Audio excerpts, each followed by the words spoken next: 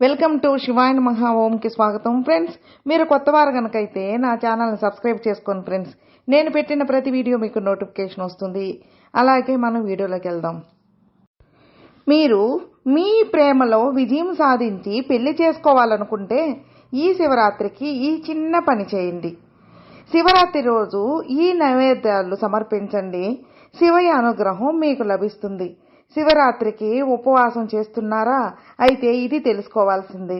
మహాశివరాత్రి శివ పూజలో ఏ వస్తువులు సమర్పించాలి, ఏ వస్తువులు సమర్పించకూడదు, వీటన్నిటి గురించి మనం ఇప్పుడు తెలుసుకుందాం. మీ ప్రేమలో విజయం సాధించి పెళ్లి చేసుకోవాలనుకుంటే ఈ శివరాత్రికి ఈ చిన్న పని చేయండి. ప్రేమ వివాహం కోసం మహాశివరాత్రి రోజు చేయాల్సిన ప్రత్యేక పూజ గురించి ఇప్పుడు మనం తెలుసుకుందాం. ఈ రోజుల్లో కూడా ఏదైనా చూడముచ్చటైన చక్కటి జంట గురించి చెప్పాలంటే సీతారాములు శివపార్వతులు అని అంటారు. శతాబ్దాలు గడిచిన నేటికి శివపార్వతుల మధ్య ప్రేమ ఉచ్ఛస్థితికి ఉదాహరణగా నిలుస్తుంది. పార్వతీదేవి కఠోర తపస్సు చేసి 108 జన్మలు తీసుకుని మహాదేవుడిని భర్తగా పొందింది. పరమశివుని అర్ధనారీశ్వరుడు రూపం పార్వతీదేవి పట్ల ఆయనకున్న ప్రేమను తెలియజేస్తుంది. మీరు కూడా వారిలాగే నిజమైన ప్రేమను పొందాలనుకుంటే మహాశివరాత్రి రోజున ఓ పూజ చేయాలి. తద్వారా మీకు నచ్చిన జీవిత భాగస్వామిని పెళ్లి చేసుకోవచ్చు. ముఖ్యంగా లవ్ మ్యారేజ్ చేసుకోవాలనుకునే వారికి ఇది ముఖ్యమైన పూజగా చెప్పుకోవచ్చు. అయితే వారిపై పూర్తి విశ్వాసం, అంకిత భావం ఉన్నప్పుడే ఈ చర్య ఫలవంతమవుతాయని గుర్తుంచుకోండి. మహాశివరాత్రి నాడు ఇలా చేయడం వల్ల మహాదేవుడు పార్వతీదేవి అనుగ్రహం లభిస్తుంది. వివాహానికి సంబంధించిన అడ్డంకులు తొలగిపోతాయి. ప్రేమ వివాహం కోసం మహాశివరాత్రి రోజు చేయాల్సిన ప్రత్యేక పూజల గురించి ఇప్పుడు మనం తెలుసుకుందాం. పార్వతీదేవికి పూజ. మహాశివరాత్రి రోజున ఉపవాసం ఉండండి. ఈ రోజు ఎరుపు రంగు దుస్తులు ధరించి శివాలయానికి వెళ్ళండి. ఓం నమ శివాయ అని చెబుతూ శివలింగానికి పంచామృతంతో అభిషేకం చేయండి. మొత్తం శివుని కుటుంబానికి నీరు సమర్పించండి. తద్వారా ఎరుపు రంగు దారం తీసుకోండి. దారం చాలా పెద్దగా ఉండాలని గుర్తుంచుకోండి. దాన్ని మీ చేతిలోకి తీసుకుని శివుడు పార్వతిని 7 సార్లు ప్రదక్షిణలు చేసి దారాన్ని సవ్య దిశలో చుట్టాలి. దీని తర్వాత వివాహం కోసం విశ్వాసంతో నిర్మలమైన హృదయంతో పార్వతీదేవిని ప్రార్థించండి. ఓం శ్రీం వరప్రదాయ శ్రీ నమః. మహాశివరాత్రి నాడు పార్వతీదేవిని ఎర్రటి గాజులు, ఎర్రటి వస్త్రం, ఎర్రటి వస్త్రాలు, ఎర్రటి పూలు, మెహందీ, ఎర్రటి రిబ్బన్, ఎర్రటి గాజులు మొదలైన వివాహ వస్తువులను సమర్పించండి స్వామివారికి. దీనితో పాటు మీ ప్రేమను గౌరవప్రదమైన జీవిత భాగస్వామి రూపంలో పొందినట్లు నేను కూడా నా ప్రేమను భర్త రూపంలో పొందాలి అని తల్లిని ప్రార్థించండి. మీరు ఖచ్చితంగా దీని నుంచి ప్రయోజనం పొందుతారు. ఆ పార్వతీ శివుడి దేవుల వల్ల. ఒక పెద్ద బంతిపూల దండను తీసుకుని ఇద్దరికీ నైవేద్యంగా పెట్టండి. అంటే ఇద్దరికీ కలిసి ఒకే మాల వేయండి. విడివిడిగా దండలు వేయకండి. దీని తర్వాత శివుడికి కొబ్బరికాయ సమర్పించి ఓం శ్రీం వరప్రదాయ శ్రీ నమః అనే మంత్రాన్ని 108 సార్లు జపించండి. రాముడి కోసం పార్వతిని పూజించిన సీత అలానే పార్వతి తల్లి ముందు ఈ రామచరిత మానస చౌసాయిని 21 సార్లు పఠించండి. రామచరిత మానన్ కథలో సీత చిన్నతనంలో రాముడిని మొదటిసారి చూసినప్పుడే ఆయనతో గాఢమైన ప్రేమలో పడింది. అందుకే పార్వతీదేవి ఆలయానికి వెళ్ళి రాముడు తనకు భర్త కావాలని ప్రార్థించింది. చౌసాయ అనే ప్రత్యేక శ్లోకాన్ని పఠిస్తూ ఆమె శ్రీరామునిపై తనకున్న ప్రేమను, అతన్ని వివాహం చేసుకోవాలని కోరికను వ్యక్తం చేసింది. తన హృదయంలో చిత్తశుద్ధితో పార్వతిని శ్రీరాముడిని తన భర్తగా చేయాలని వేడుకుంది. విధి అనుకున్నట్లుగా రాముడు చివరికి ఆమె భర్త అయినప్పుడు ఆమె కోరిక నెరవేరింది. పూజ పూర్తయిన తరువాత పూజలో ఏదైనా తప్పు చేసి ఉంటే దయచేసి క్షమించి కోరికలు తీర్చమని మహాదేవుడు అమ్మవారిని ప్రార్థించండి. అలాగే ఈ శివరాత్రికి ఉపవాసం చేస్తున్నారా? అయితే ఇవి మీరు తెలుసుకోవాల్సింది. మహాశివరాత్రికి హిందువులకి ఎంతో పవిత్రమైన పండుగ అని దాదాపు చాలా మందికి తెలుసు. ఇది రాత్రిపూట చేసుకున్న పండుగ. ఉదయం శివుడిని పూజించి ఉపవాసం ఉండి రాత్రంతా జాగారం చేస్తారు. ఉదయం శివుడిని పూజించాకే ఉపవాసాన్ని ముగిస్తారు. కాశ్మీర్ నుంచి కన్యాకుమారి వరకు ఉన్న హిందువులకు ఇది ఒక ప్రత్యేకమైన పండుగ. దీన్ని గొప్ప అంకిత భావంతో నిర్వహించుకుంటూ ఉంటారు. ఈ పండుగ అమావాస్యకు ముందు రోజు పాల్గొన మాసం లేదా మాఘమాసంలో 14వ రోజున వస్తుంది. మహాశివరాత్రి రోజు ఉదయం ఉపవాసం చేయడం వల్ల ఎంతో పవిత్రత వస్తుందని చెబుతున్నారు. అందుకే హిందువులంతా ఆ రోజు ఉపవాసం ఉండి జాగారం ఉంటారు. ఆ ఒక్క రోజు ఉపవాసం ఉండి జాగారం చేస్తే సంవత్సరం అంతా శివుడిని ఆరాధించిన పుణ్యం దక్కుతుందని చాలా మంది ప్రజలు నమ్ముతారు. అలాగే అన్ని పాపాలకు మోక్షం లభిస్తుందని, విముక్తి కలుగుతుందని నమ్ముతారు. స్కాంద పురాణం, లింగ పురాణం, పద్మపురాణంతో పాటు అనేక పురాణాలలో ఈ మహాశివరాత్రి ప్రస్తావన ఉంటుందని నిపుణులు చెబుతున్నారు. మహాశివరాత్రి రోజు ఉపవాసం ఉండేవారు కొన్ని నియమాలను ఖచ్చితంగా తెలుసుకోవాలి. ఉపవాసం ఉండటం వలన శరీరం, మనసు శుద్ధి అవుతుంది. శరీరంలో, మనసులో ఉన్న వ్యర్థాలు, మలినాలు బయటకు వెళ్ళిపోతాయి. కొంతమంది భక్తులు పూర్తిగా ఆహారం, నీరు తాగకుండా ఉపవాసం చేస్తారు. మరి కొందరు మాత్రం కొన్ని రకాల ఆహారాలను తీసుకుంటారు. అయితే ఎలాంటి ఆహారాలు మహాశివరాత్రి రోజు తినవచ్చు, ఎలాంటి ఆహారాలు తినకూడదో ఇప్పుడు మనం తెలుసుకుందాం. ముఖ్యంగా చెప్పాలంటే కొన్ని రకాల ఆహారాలు ఉపవాసాలు చేసిన రోజు తినవచ్చు. అవి సగ్గుబియ్యం, మినుములు, గుమ్మడికాయ, బంగాళదుంపలు, ఫుల్ మకానా, అరటిపండు, పెరుగు వంటివి తీసుకోవచ్చు. వీటితో చేసిన కొన్ని రకాల ఆహారాలను కొద్దిగా తీసుకోవచ్చు. అయితే గోధుమలు, బియ్యం, కూరగాయలు, పప్పులు వంటి ఆహారాలను మాత్రం దూరంగా ఉంచాలి. అయితే ఉపవాసం చేయని వారు మహాశివరాత్రి రోజున ఖచ్చితంగా మాంసాహారం, ఉల్లిపాయలు, వెల్లుల్లి అస్సలు తీసుకోకూడదు. శివునికి నైవేద్యంగా కొన్ని రకాల ప్రసాదాలను పెట్టడం వల్ల ఎంతో మేలు జరుగుతుంది. శివయ్య మనకు విజయాన్ని శాంతిని, ఆనందాన్ని, శ్రేయస్సును అందిస్తారు. అలాంటి శివునికి బియ్యంతో వండిన ఆహారాలు, పాలు, పెరుగు వంటివి వాటిని సమర్పిస్తే చాలా మంచిది. ముఖ్యంగా పాలతో చేసిన మిఠాయిలు స్వామివారికి నైవేద్యంగా సమర్పిస్తే ఎంతో పుణ్యం వస్తుందని నిపుణులు చెబుతున్నారు. అలాగే మహాశివరాత్రి శివ పూజలో ఏ వస్తువులు సమర్పించాలి, ఏ వస్తువులు సమర్పించకూడదు మనం తెలుసుకుందాం. మహాశివరాత్రి రోజు చేసే పూజలో పాటించాల్సిన నియమాల గురించి తప్పకుండా తెలుసుకోవాలి. పూజలో ఏ వస్తువులు సమర్పించాలి, ఏ వస్తువులు సమర్పించకూడదో ఇప్పుడు మనం తెలుసుకుందాం.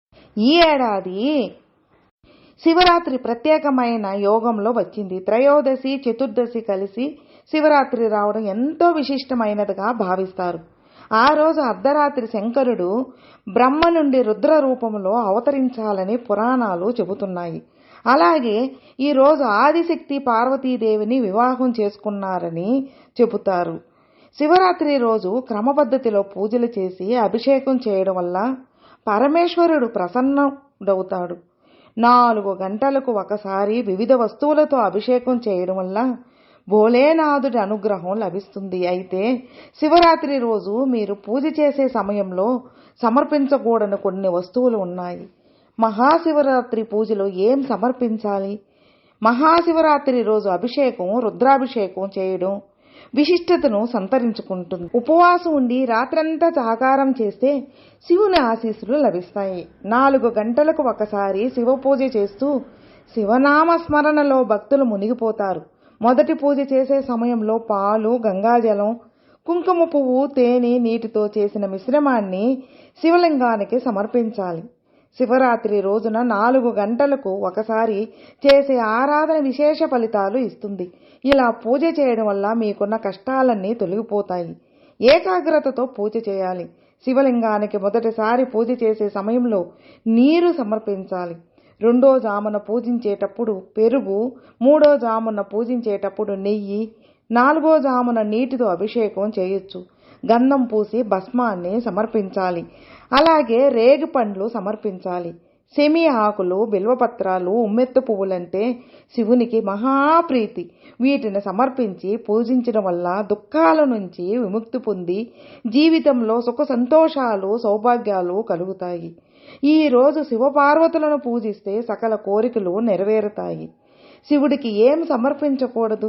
మహాశివరాత్రి రోజు మీరు చేసే పూజ భక్తి శ్రద్ధలతో, నియమనిష్టలతో చేయాలి.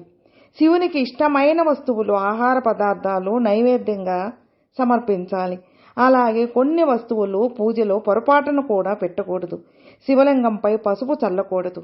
ఎంతో పవిత్రమైన తులసి ఆకులు కూడా శివలింగానికి సమర్పించకూడదు. వాటికి బదులుగా రావి, సెమి, బిల్వ దళాలు సమర్పించుకోవచ్చు.